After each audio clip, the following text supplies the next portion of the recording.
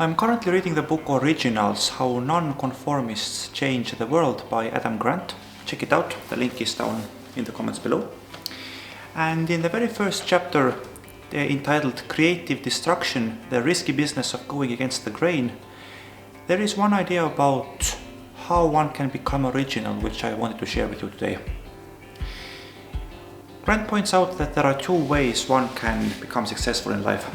One is to do with conformity, and the other one with originality. The approach of conformity is all about working within the status quo, getting a job in a company and then working your way up on the corporate ladder. Whereas the approach of the original one is the one of innovation, creating something which did not exist before, founding their own company, coming up with a new product.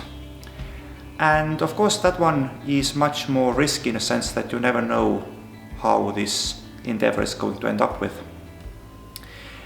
But there are a few things which one can do to become more original and to generate better and more successful ideas for business, for charity, for whatever you think the world needs at the moment. And the most important part which Grant brings out here is the idea of finding the faults in defaults. And he begins with a pretty interesting study about salesmen. He talks about how a group of researchers completely accidentally found that the salesmen who use either Firefox or Google Chrome are much more successful compared to their peers who use Safari or Microsoft Edge.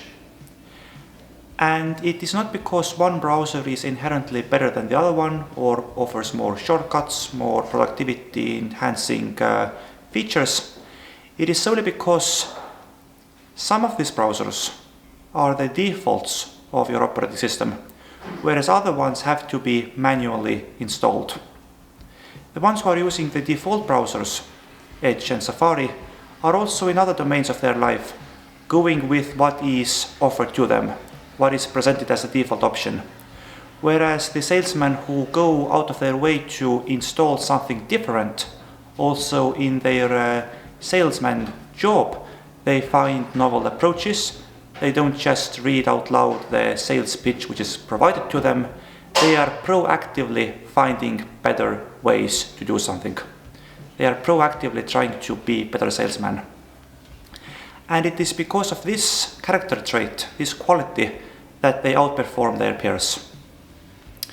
I think it's very similar to the idea of proactive and reactive activity approach from Conway's book of 7 Habits of Highly Effective People. One approach is about reacting to what is happening to you, just taking whatever default options you are provided, whereas the other one is all about proactively searching for things you could do, proactively thinking what could be improved. And wherever we are dealing with man-made defaults, which are cultural, social, economical, political, usually there is something which could be improved in them. I think it's very interesting to also draw a parallel with Buddhist psychology here.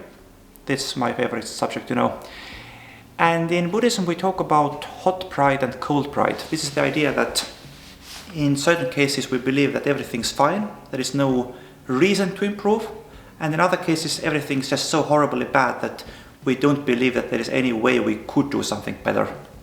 And both everything's fine and nothing can be done approach, both of them leave us to believe that we don't need to act on our part. We can just accept the status quo as it is without anything we could do or should do on our part. And it's kind of the sad reality that usually the groups who are most suffering from the status quo are the least likely to want to improve it. That's also from the same Originals book. It was studied that before women got their voting rights, most of them didn't have a problem with not having the right to vote. They perceived it as something normal, something good, something the way it's supposed to be. And psychological, it's because it's very hard to live with a notion that I am living in a world where something is wrong. It's much more comfortable to find a story to explain why it's actually all good that we are living in such a way. And again, it goes back to this hot pride and cold pride. By creating this illusion that nothing needs to be done or nothing could be done, I am no longer responsible. I don't need to think that I have to do something. And in a way, that's more convenient, that's more comfortable.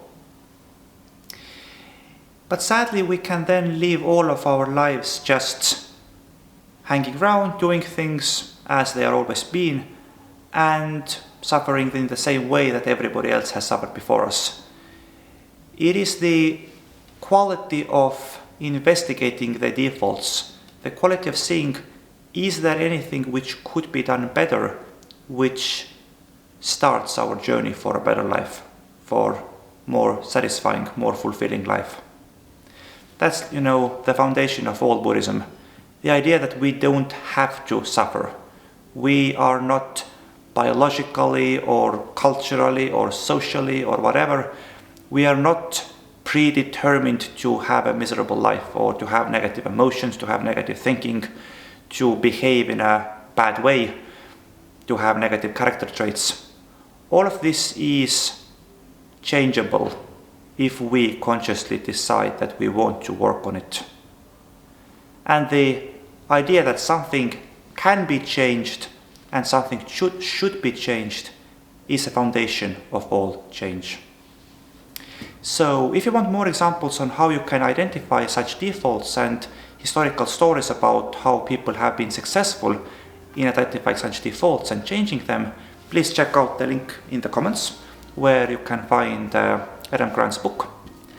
And also in the comments down below, please let me know what are the defaults in your life which you can identify and whether or not you have found a better alternative to them.